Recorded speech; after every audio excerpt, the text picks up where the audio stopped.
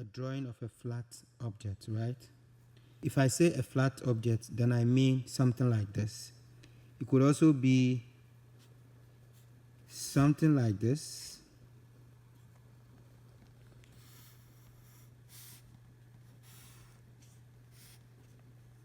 With the sides. Can you get it? This is also a flat object. It can even be flatter than this. I'm talking about a flat surface, right? This side is flat, and this is also flat, and this is also flat. As you can see here too, flat, flat, flat, okay? Now, and when we are talking about cylindrical objects, this is a cylindrical object with a round bottom, round top, then here also round. So it forms a shape like this. So something like your Milo can is a cylindrical object. Any can at all, or even cap. If I have to add the handle, then I'll be getting a cap. Do you understand? Can just do this and then I get my cap. So cap is also a cylindrical object. Are you getting it? All right. So, and then when you are drawing a spherical object like this, we are drawing all this to explain a point, okay? So, just like I did it, you go perfectly round like that. Now, this is how to draw them. These are flat objects, these are spherical objects, and these are cylindrical objects. And now when you're drawing or when you are shading, most times these are the kind of shapes you meet when you are to shade an object, right? Be it human figure, be it objects, these are the kind of shapes you meet, because this kind of shape is part of the body. This part of the shape also is in part of the body. This part of the shape is also part of the body. Somebody will be asking where. When we get there, I will explain to you. And even this. Just that at some point, some places might be curved, while some places are straight. Are you getting it? All right, so we are going to look at how to shade objects of this kind, right? If you are shading a cylindrical object, then you must make sure your dark tone comes opposite the light. So in this object, I want to represent my light source to be here. Can you see it? That's my light source. So if this is my light source, then where should I be shading? Automatically, this is my light source, and it means light will be here and then part of this body. So it means my dark tone will be opposite, which is this side. Do you get it? That's where my darkest tone will be. So you have to press your hand there very well. You have to press it very hard as you shade straight up like that. Can you see that? To the end of the shape, you must press it very hard so that the darkness would show more. Now, this is happening because I'm using just one pencil for the shading. And then as you go, you leave your hand softly. Do you get it?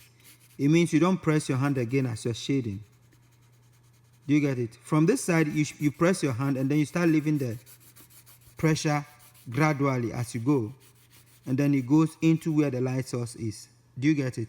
So this is how we shade cylindrical objects. This is how we shade cylindrical objects. And this type of shading I'm doing is called what? Arching. This shading is called what? Arching. Because I'm moving in just one direction. Do you get it? I'm going to draw another cylindrical object where I will be using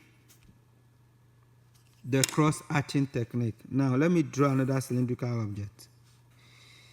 Just for the sake of the studies, I'm drawing another cylindrical object so I can use cross-hatching. Now, I did this hatching from the top to the down. But in a way, I would also call it a mass shading because I was going up and down like that. So it's called mass shading. But now let me specifically show you what hatching is. When you go like this, can you see that? That is hatching. Okay? When you shade like this, you press your hand from the back and then you leave it softly. And then make sure you go in a round form, trying to mimic the shape of the object. Do you get it? So this is hatching. It's a bit different from what I did before. Do you get it? So now, doing this, you see I'm making sure I fill in the gap at the back because I want the detail to show more. That is why I'm doing that. But you still maintain your hatching technique, just going towards one direction. Now I'm going to do cross hatching. Cross hatching is when you do this. Okay, let me draw another shape. Let me draw another shape here. Let's assume this is another cylindrical shape. Now I'm going to do cross hatching with this one. Cross hatching is just going opposite the other direction. So it could be like this, going opposite. Can you see it? That's cross hatching. So whenever you see such type of shading, just call it cross hatching. Cross hatching. It's not difficult, just like I'm doing it. You press and leave it softly, right? And then you do opposite direction. So you form something more like X. Do you get it? Look at it very well. That's cross hatching. And this is hatching. And this is mass shading. So mass shading is done going up and down. You get it? But all you must observe your light source so that your light should come from this direction. Do you get it? So that the darkest part should be the opposite direction of the light source. Do you get it? All right, so that is that about hatching and then cross hatching. And this is what? Mass shading. Okay? Now, we are going to use mass shading for what I wanted to explain before I drew the first object. I was talking about shading flat object. When you are shading flat object, you must ensure you observe this kind of shading method. All this surface must have one tone. One tone. One tone. It means the tone should be even. You shouldn't see a middle tone, a dark tone, or a light tone in this segment or in this sector. Do you understand? Everything must be what? Flat, just as you are seeing it. Flat like that. Sometimes I see people shading flat object and then they shade from dark to light. It is never done that way. If it is flat, it is flat. If it is dark, it is dark. If it is light, it is light. Do you get it? So if this is our darkest tone, you must make sure you shade it very dark and make sure there's nothing showing inside, like worms. Do you see it? Make sure you cover it to look flat. I don't want to see any gradation of tone in it. It should just be flat, like I'm seeing it. Do you get it? Then now, because our light is from this source, it means this side, if we were to see this side will be looking much more brighter. But because we have this at the top and the light is at the top, it's still giving us, the light is at the top and this is at the top. It's still giving us that highlight. So it means here is going to be the what? Middle tone. So with that, you don't press it. But it must be what? Even. It must be even. Can you see it? So normally when you are shading flat objects, it is best to use the mass shading. The up and down, up and down, up and down like that. Can you see it? All right. So that is that about shading flat objects. Okay? If this is our middle tone, then we must see here to be different from here. And if this is our light tone, then we must see here to be different from here. Now, whenever you shade and then you leave this space to be white, it means that the object itself is white. But if the object is not white, then you must try to create a tone for your light tone. Do you get it? You mustn't leave it just like that. It is not professional. Once the object has a color, then you must make sure every of the area has its own tone. Do you get it? Now, I want to show some difference, because when you look at these two, they are looking almost the same. So let's add a bit of the dark tone to create a difference. Do you understand? So this is how you do shading of flat objects. This is how you do the shading of a flat object. There must be a dark tone, a middle tone, and then a light tone. But every of the tone must receive some part of the shading material. Be it pencil, be it pen, be it whatever you are using to do your shading. Sometimes we use color pencil for shading. Do you get it? Alright, so this is how you shade flat objects. And then this is how you shade cylindrical objects. Now when you look at this tone here, you can feel the same tone there. Can you see it? So that is our dark tone. And then as we come, you can see the middle tone, which is looking like this side. And then as we go, you can see the light tone. So somebody will be asking that why didn't we shade here? Of course, we should have shaded that place. But it depends whether the object is a white object or a colored object. And because it is flat, all the tone must be what? Flat. Unless we have a form there, then you have to create the form.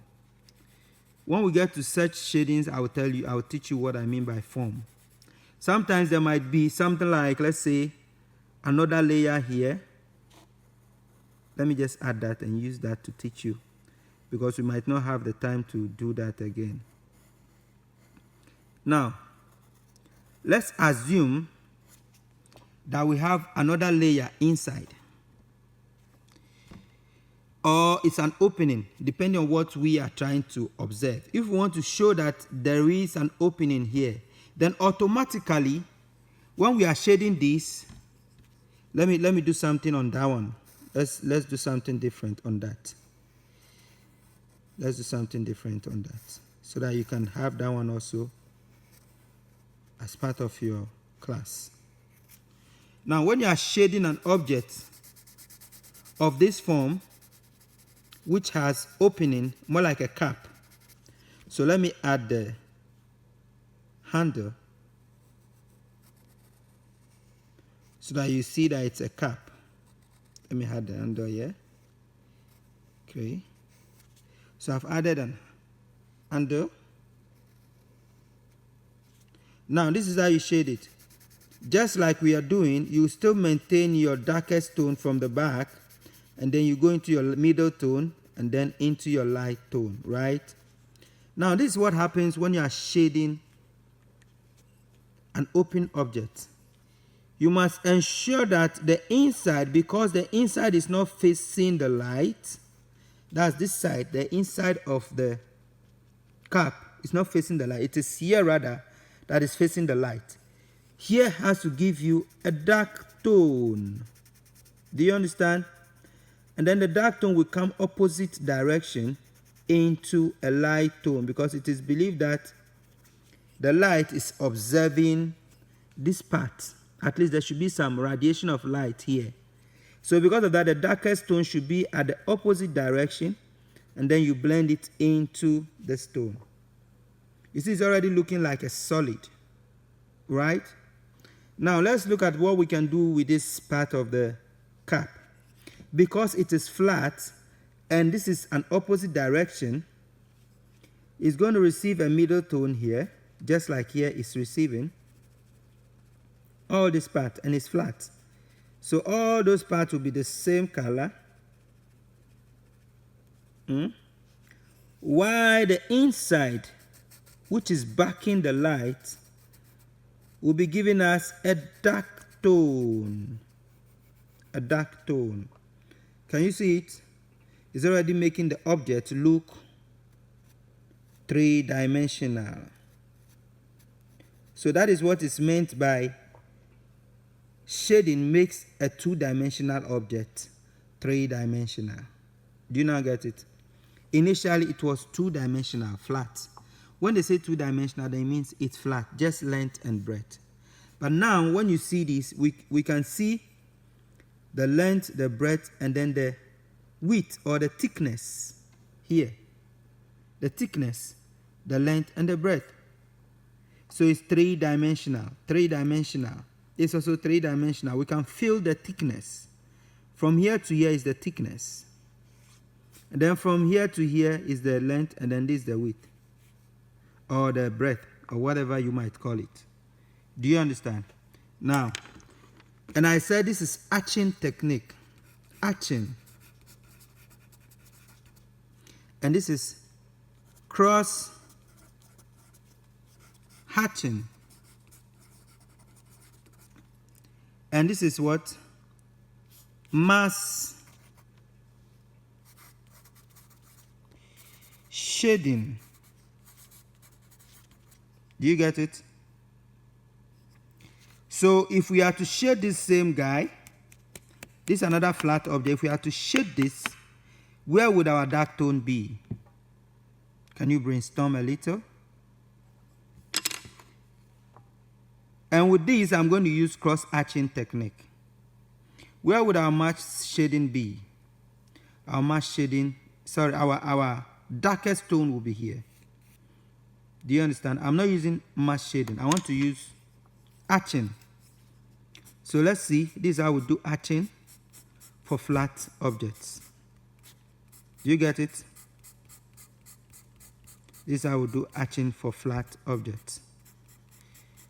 So that's how we do hatching for flat objects. But if it is a cylindrical object or a round object or a spherical object, we do what? Go with the direction of the shape. Do you understand? We go with the direction of the shape. So this is hatching technique on a flat object. Now I've gotten my darkest tone here. As you can see, you must make sure it is sealed. You don't see light inside. Do you get it? Alright, so I'm done with my hatching technique for my dark tone. Now let's go to the middle tone. Where would the middle tone be? Is it here or here? Here or here? With the light direction. It means the light is still watching this side. So here is going to be the light tone, and then here is going to be the middle tone. So there also we'll do the same hatching technique, straight up, just like that. That's the hatching technique. So it is believed that this is a wood. When you are shaping or shading a wood, most especially wood that was cut from the sawmill, this is how they look when you are shading them. You get it? You see this surface is supposed to be light because that's where the light tone is. So you don't have to press your pencil. You just have to go smooth, smooth, smooth, smooth like that.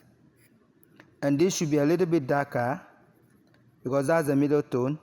And then this should be the darkest. Do you get it? So we've been able to shade, look at it very well. We've been able to shade the dark tone, the middle tone, and the light tone. And this is hatching technique. Sometimes we do combine both technique in just one object, depending on how you want the object to look. Do you understand? So it's always good to learn a lot of techniques, right? So wherever it is needed, like when you are shading the human figure, it gets to a place where you need to use the cross-hatching It gets to a place where you need to use the arching. It gets to a place where you need to use the mask shading. It gets to a place where you do crisscross. That's for the hair. And then at times we even use stippling. The dotted techniques. It's called stippling. Some people do call it pointillism. Pointillism is not stippling. Stippling is when you are doing this. So let's assume I want to shade this and I want to use stippling method. This is what I'm doing. What I'm doing right now is called what? Stippling. It's not pointillism. Pointillism is when you use color to do the same thing. You call it pointillism. Do you understand? So the further you go, the lighter the tone. The closer you come, the darker the tone. Do you now see how we create tones using stippling method? If you want to create light tone, then you must go further away from the dots. They don't come closer. They are not compacted. But when you are coming to your dark tone, they have to be what? Compacted. When they are compacted, they create a darker tone. Do you now understand it? So that's how we use the technique.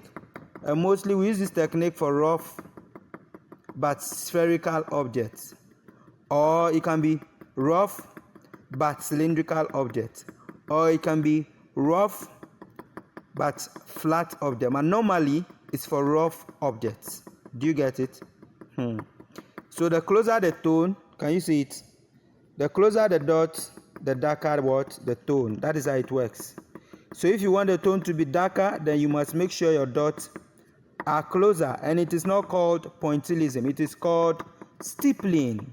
Stippling. Do not mistake yourself with that. When you get to the tertiary, you'll be taught the difference. For your level, some books write pointillism, which is wrong. It's not pointillism. Some also say dottillism. It's wrong. It is called stippling. Stippling. Use the pen or the pencil to stipple. So stippling. Do you get it? Don't forget it, please. Don't forget it. So that's how you do it. This is how we do stippling. And normally it's for what? Rough object. Most times I use it for shading metallic object that is becoming rusted, like when the metallic object is getting rusted. You understand? When you use this type of method to shade, you can really feel the texture to be rough or jagged. Do you understand?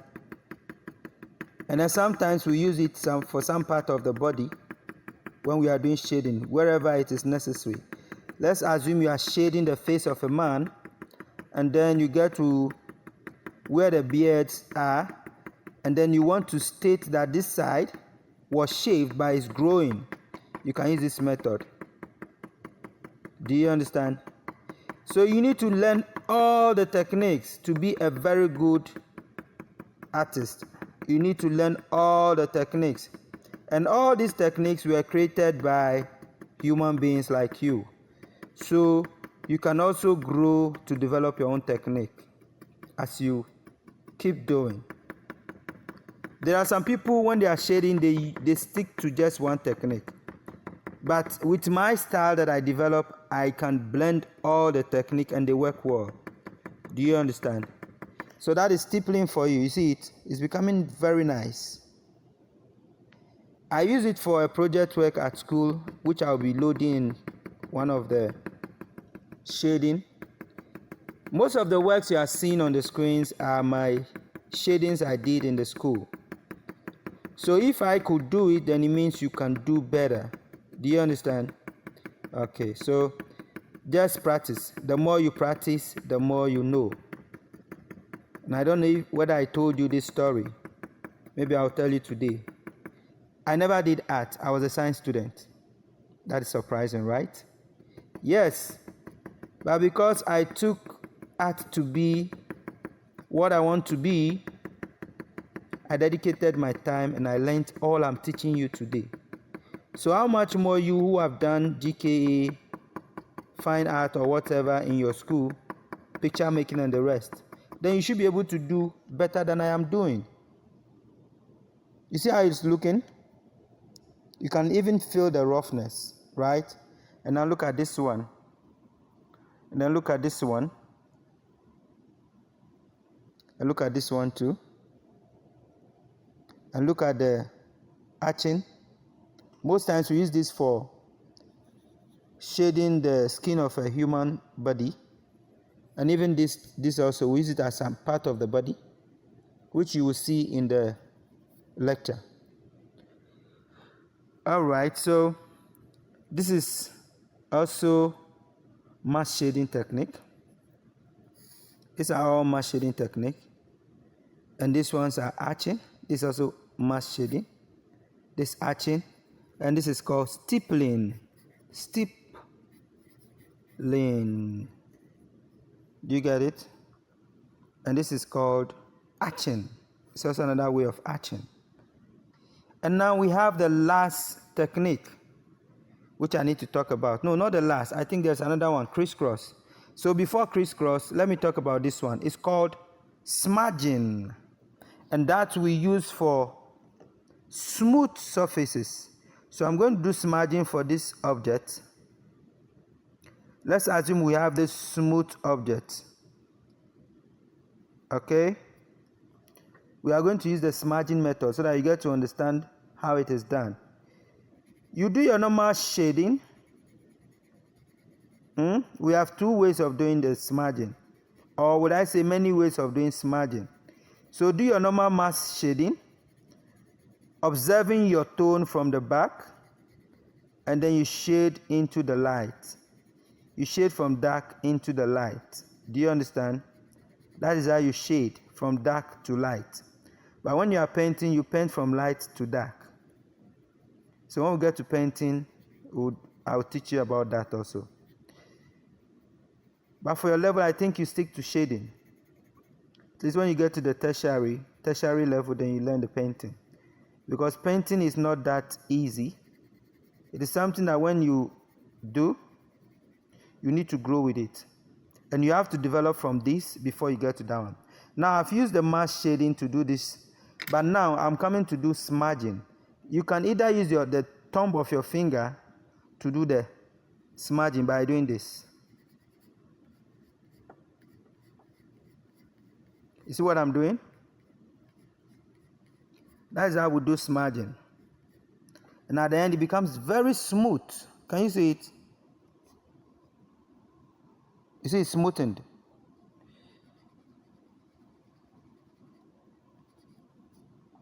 Can you see? Yeah. So normally we use this technique also for shading, to shade smooth objects. Do you get it? And now let's do the last one. So this, let me call it smudging.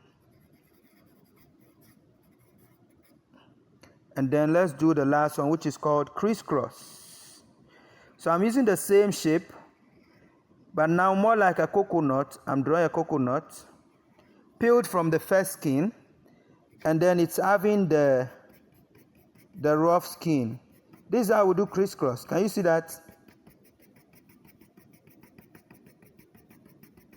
Now, somebody will be wondering, how do you get your dark tone from your light tone? It's the same thing. You don't press your pencil.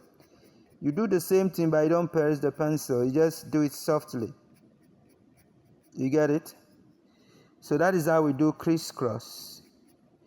And you can see my darkest tone is here, moving into the middle tone, and then into my light tone. You see it's looking rough. Yes, that is how crisscross work.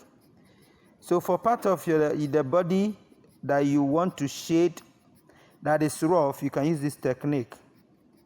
You see it's looking hairy. You can feel the hair around it. Can you see it? So that is how it works. That is how crisscross work. So this is called what? Crisscross. Where should I write it? Okay, let me write it here. Crisscross. So we've been able to cover all the shading techniques. We've been able to cover all the shading techniques, as you can see. But somebody will ask, what is shading? Which is the main topic. What is shading? And then the answer will be shading. We could have different definitions for shading. Shading is the act of making a two-dimensional object a drawn two-dimensional object look three-dimensional on a surface. Do you get it? This is the surface. It's looking three-dimensional on the surface. And it is a drawn object. A drawn two-dimensional object, trying to make it look three-dimensional so that you can see the dark tone, the middle tone, and the light tone. You can see the depth of it. That is what we call shading. So shading can be defined as the act of making a drawn two-dimensional object look three-dimensional. But there are other definitions to shading. Depending on whatever the person wants to say, it must contain the word two-dimensional into three-dimensional. And this is achieved using gradation of tones. Gradation of tones. Gradation of tone. From the dark tone to the middle tone and then to the what? Light tone. Are you getting it? From the dark tone to the middle tone and then to the light tone. I told you our course is a practical course. So sometimes the class would be messy just like you are seeing it. But at the end of the day, what is important is that you are able to achieve the purpose or the aim of the class. Now you know how to shade crisscross, smudging, hatching, mask shading, hatching, cross hatching, stippling. Do you get it? So you can choose whatever technique you want out of all these techniques. Somebody might choose that in my WASI, I'm going to do stippling. Somebody too might say in my Novdek, I'm going to do cross hatching. It's all accepted, okay? As long as you are observing the rule, the darkest tone, the middle tone, and then the light tone. The dark tone, middle tone, and light tone. For your level, I think you stick to these tones. But when you are to go further, then you'll be having core of the shadow. We have shadow. Let me just give shadow to this object. If our light is here, then the shadow should be casting around this area. Okay? We have shadow. And then we have another thing we call reflected light. And then we also have another thing we call cast shadow. Reflected light and cast shadow, they come in when you are drawing two or more objects that are placed together. Do you understand? But for your level, I don't know. But it is necessary you know this in case it comes in your exams, because we are growing day in and day out. During our time, there was nothing like highlight, cast shadow, reflected light until I went to the tertiary. But I am giving this to you in case it comes in your exams when they ask you about reflected light. Now, let me just do an example to represent those things I'm talking about.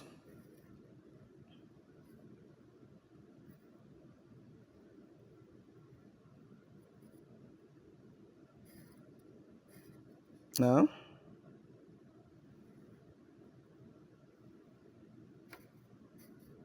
here's another object, okay? Placed at the back of this one. Okay? And then there is another one here.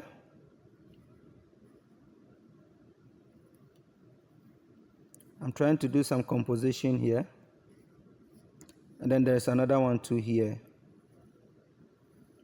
We'll be doing, our next topic is going to be principles and elements of drawing. It's the same as principle and element of design. Okay? I just remembered this and I want to tell you so that you get prepared for the next class. Element of design. and principles of design. Now, in what I did here, I exhibited those things. That is why it came to my mind. I brought together the object, which is unity. And then I brought variety. And I did proportion. But there's something I didn't do, which we will talk about. So for the purpose of this class, let me just continue with the drawing. Now, I want to explain if my light source is still here, or let's say it's where it is. My dark tone will be around here, right? Into my light tone, right? Just watch and learn. Just watch. Now, my dark tone will be here, flat, right? From what we learned today. Now, because the thing is here, my highlight or my light tone should be from this direction now. So it means here will be my middle tone. Do you now understand the principle? Yes, this will be my middle tone, and this will be my light tone. Do you get it? Okay. Now I'm going to explain something with that. So it means here would also be what? Dark tone.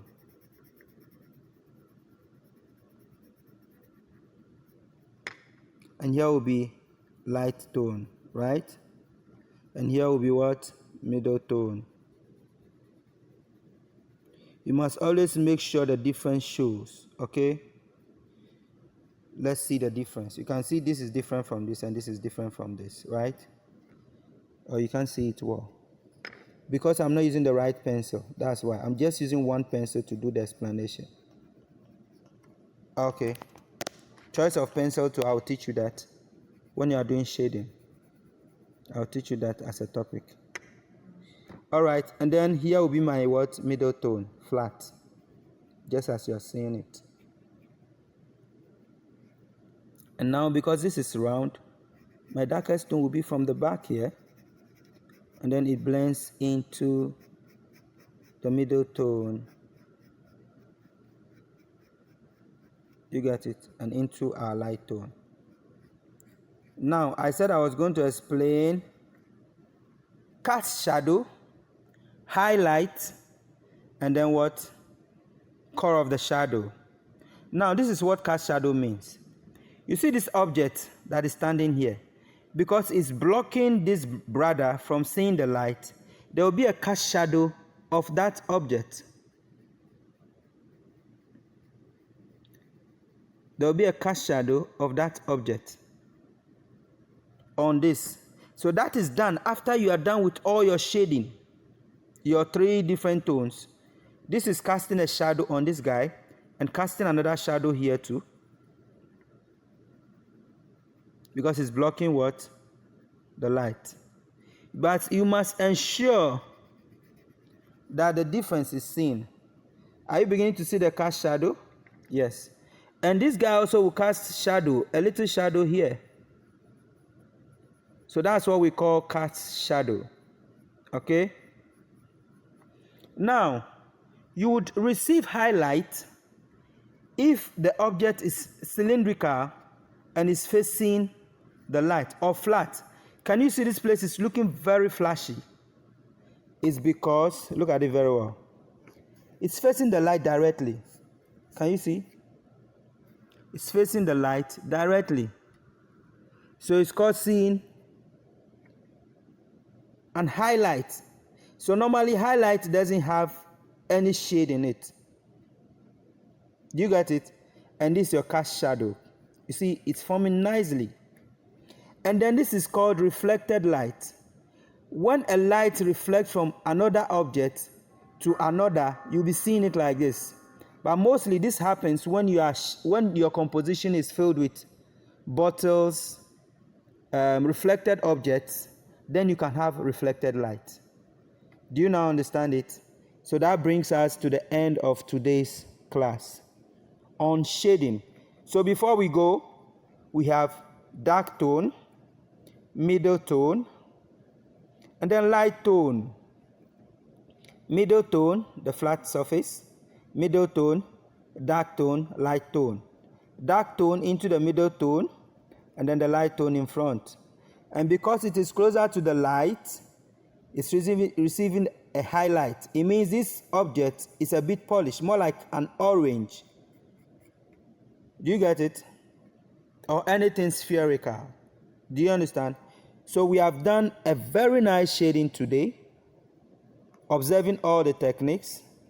I said this is called what? Cast shadow. And this is called dark tone. And this is called middle tone.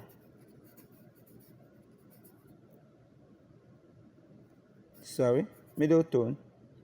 And this is called light tone because it's facing the light. And then we call this highlight. Normally highlight is whitish. Highlight. But these ones might not come in your exams. This one might not come in your exams. But 1, 2, 3 would come, surely.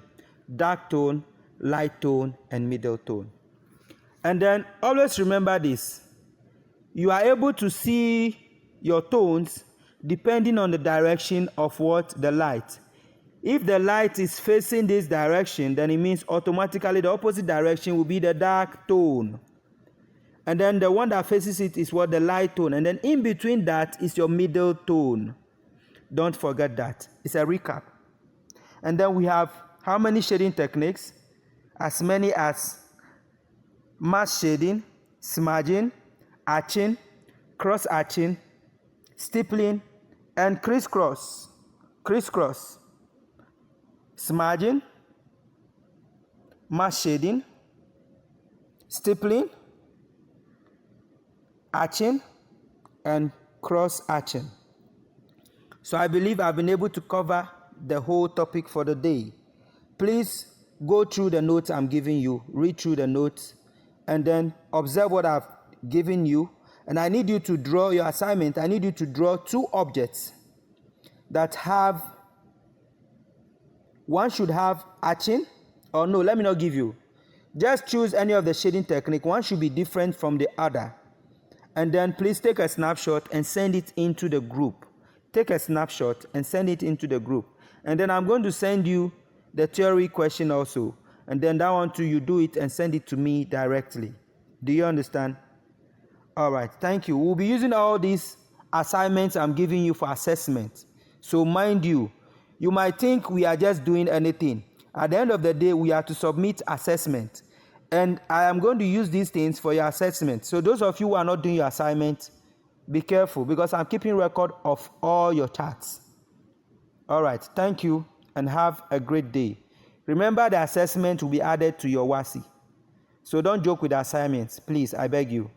Most especially the practical assignments because this is a practical course. Thank you and have a great day. Bye-bye. Okay, before I go, let me just bring back again the definition for what? Shading.